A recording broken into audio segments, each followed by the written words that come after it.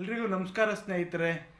ಎಲ್ಲೋ ಒಂದು ಕಡೆ ಕಮಲ್ ಹಾಸನ್ ಕೊನೆಗೂ ಏನು ಬಂಡ್ ಧೈರ್ಯ ಏನು ತಮಿಳಿಂದ ಕನ್ನಡ ಹುಟ್ಟಿದೆ ಹುಟ್ಟಿದೆ ಅಂತ ಏನೇ ಹೇಳ್ಕೊಬಂದಂಥ ಕಮಲ್ ಹಾಸನ್ ಇವತ್ತು ತಮಿಳು ಒಂದು ಚಿತ್ರರಂಗ, ಅಲ್ಲಿನ ಒಂದು ಫಿಲಮ್ ಚೇಂಬರು, ನಮ್ಮ ಒಂದು ಕರ್ನಾಟಕದ ಫಿಲಮ್ ಚೇಂಬರ್ಗೆ ಪತ್ರವನ್ನು ಬರೆದಿದೆ.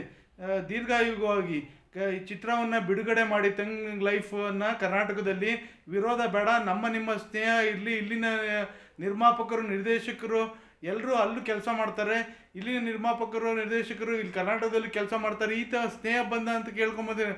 ಕೊನೆಗೂ ಕಮಲ್ ಹಾಸನ್ ಕಡೆಯಿಂದ ಕ್ಷಮಾಪಣೆ ಇಲ್ಲ, ಮತ್ತು ಹಾಗೆಯೇ ತಮಿಳಿಂದ ಹುಟ್ಟಿಲ್ಲ ಕನ್ನಡಕ್ಕೆ ಅದಕ್ಕೆ ಆದಂಥ ಒಂದು ಸಾವಿರಾರು ವರ್ಷದ ಇತಿಹಾಸ ಇದೆ, 2000 ವರ್ಷದ ಇತಿಹಾಸ ಇದೆ ಅಂತ ಏನು ಹೇಳ್ತಾನೂ ಇಲ್ಲ.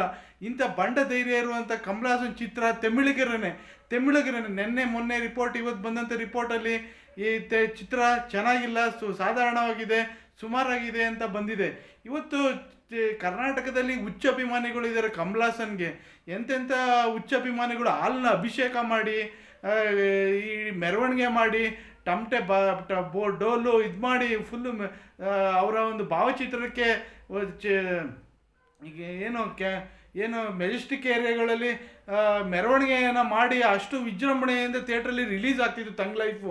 ಅಂಥದ್ರಲ್ಲಿ ಈ ಒಂದು ದಿಟ್ಟ ನಿರ್ಧಾರ ಏನು ಕಮಲ್ ಹಾಸನ್ ತೆಗೆದುಕೊಂಡಿರುವಂಥ ಈ ಒಂದು ಹೇಳಿಕೆ, ಈ ಒಂದು ಅದು ಶಿವಣ್ಣನಿಗೆ ಮುಜುಗರ ಆಯಿತು ಅಂತ ಪತ್ರದಲ್ಲಿ ಅವರು ಒಂದು ಪತ್ರನ ಬರೆದಿದ್ದಾರೆ.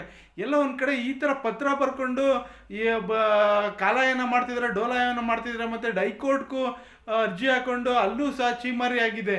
ಎಲ್ಲ ಒಂದು ಕಡೆ ಆದರೂ ಸಹ ಕ್ಷಮಾಪಣೆ ಕೇಳಿಲ್ಲ ಕನ್ನಡಿಗರಿಗೆ.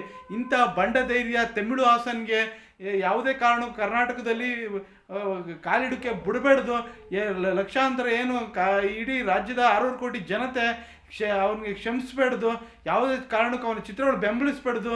ಇಲ್ಲಿನ ತಮಿಳಿಗರು ಏನಾದರೂ ಬೆಂಬಲಿಸಿದರೆ ಅವ್ರನ್ನ ಹೊರಗಡೆ ಹಾಕೋಣ, ಮತ್ತು ಇಲ್ಲಿನ ಕನ್ನಡಿಗರು ಏನು ಬೆಂಬಲಿಸಿದ್ರೆ ಅವ್ರಿಗೂ ನಾವು ಚೀಮಾರಿ ಹಾಕೋಣ, ಮತ್ತು ಥಿಯೇಟ್ರುಗಳಲ್ಲಿ ಏನಾದರೂ ಚಿತ್ರ ಪ್ರದರ್ಶನ ಮಾಡಿದ್ರೆ ಅವನ ಮುಂದಿನ ಚಿತ್ರಗಳನ್ನ, ಈಗೇನು ಚಿತ್ರ ಇದಾಗಿದೆ, ರಿಲೀಸ್ ಆಗಿಲ್ಲ ಆದರೂ ಸಾಧಾರಣ ಕಂಡಿದೆ, ಏನು ಮುಂದೆ ಚಿತ್ರ ರಿಲೀಸ್ ಆದರೆ ಅದನ್ನು ಬಹಿಷ್ಕರಿಸೋಣ. ಯಾವುದೇ ಕನ್ನಡಕ್ಕೆ ಆದಂಥ ಇತಿಹಾಸ ಇದೆ ನೋಡಿ. 500 ರೂಪಾಯಿ ನೋಟಲ್ಲಿ ಕರ್ನಾಟಕಕ್ಕೆ ಎಷ್ಟು ಇದಿದೆ, 4ನೇ ಸ್ಥಾನ ಇದೆ.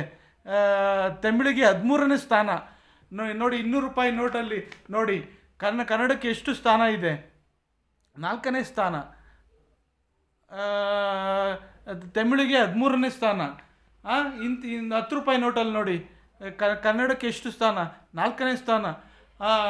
ಇಂಥ ಒಂದು ಇತಿಹಾಸ ಇರುವಂಥ ಕನ್ನಡಕ್ಕೆ ಅದಕ್ಕೆ ಆದಂಥ ಎಷ್ಟು ಜ್ಞಾನಪೀಠ ಪ್ರಶಸ್ತಿಗಳು ಬಂದಿದೆ, ಎಷ್ಟೊಂದು ವಿದ್ವಾಂಸರಿದ್ದಾರೆ. ಅಣ್ಣ ಬಸವಣ್ಣ ಕಟ್ಟಿದಂಥ ನಾಡಿದ್ದು, ಒನಕೆ ಓಬವ್ವ, ಕಿತ್ತೂರು ರಾಣಿ ಚೆನ್ನಮ್ಮ, ಸಂಗೊಳ್ಳಿ ರಾಯಣ್ಣ, ಎಂತೆಂಥ ಮಾನೇರು, ಮಯೂರ, ಎಂತೆಂಥ ದೊಡ್ಡ ಮನೆತನಗಳು ಇಲ್ಲಿ ಇದ್ದು ಈ ಒಂದು ಶಾಸನಗಳೇ ಇರುವಂಥ ಒಂದು ಹೆಗ್ಗಳಿಕೆ ನಮ್ಮ ಕರ್ನಾಟಕದ್ದು. ಯಾವುದೇ ಕಾರಣಕ್ಕೂ ತಮಿಳಿನಿಂದ ಕನ್ನಡ ಹುಟ್ಟಿಲ್ಲ, ಕನ್ನಡಕ್ಕೆ ಅದಕ್ಕೆ ಆದಂಥ ಒಂದು ಶಕ್ತಿ ಇದೆ, ಅದಕ್ಕೆ ಒಂದು ಇತಿಹಾಸ ಇದೆ, ಅದಕ್ಕೆ ಆದಂಥ ಲಿಪಿ ಇದೆ.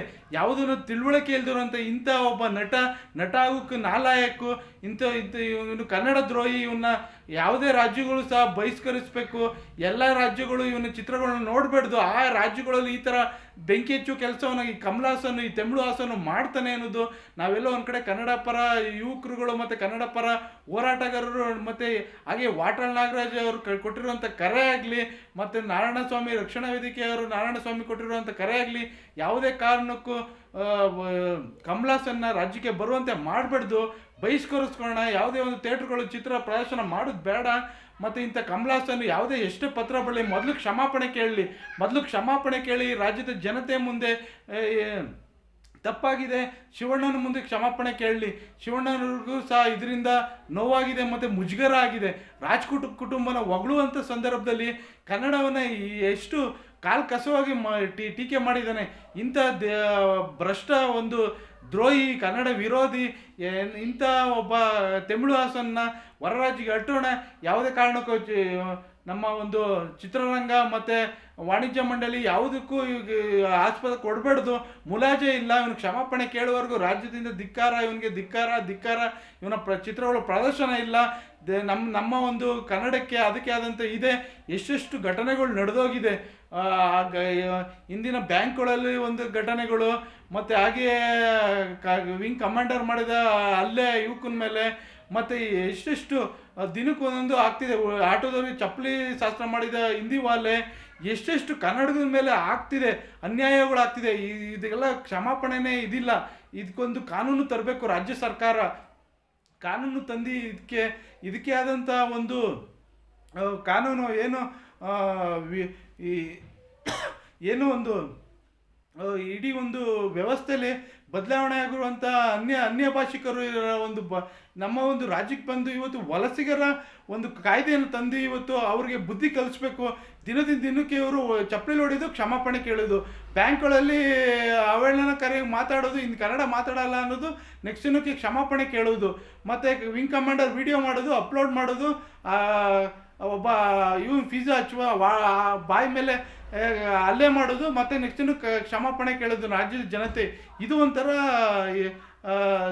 ದಿನಕ್ಕೆ ಇದು ಹೆಚ್ಚಾಗ್ತಿದೆ, ಕಡಿಮೆ ಆಗ್ತಿಲ್ಲ. ಇವತ್ತು ಕನ್ನಡಿಗರ ಮೇಲೆ ಅನ್ಯಾಯಗಳು ಇದನ್ನೆಲ್ಲವನ್ನು ಖಂಡಿಸುತ್ತಾ ಈ ಕ್ಷಮಾಪಣೆನ ಇದಕ್ಕೆಲ್ಲ ಕಾಯ್ದೆನ ರಾಜ್ಯ ಸರ್ಕಾರ ನಾನು ಆಗ್ರಹ ಪಡಿಸ್ತಾ ಇದ್ದೀನಿ. ಇಡೀ ಒಂದು ಮುಖ್ಯಮಂತ್ರಿಗಳನ್ನ ಮನವಿ ಮಾಡ್ತಾ ಇದ್ದೀನಿ, ಉಪಮುಖ್ಯಮಂತ್ರಿಗಳನ್ನ ಮನವಿ ಮಾಡ್ತಾ ಇದ್ದೀನಿ.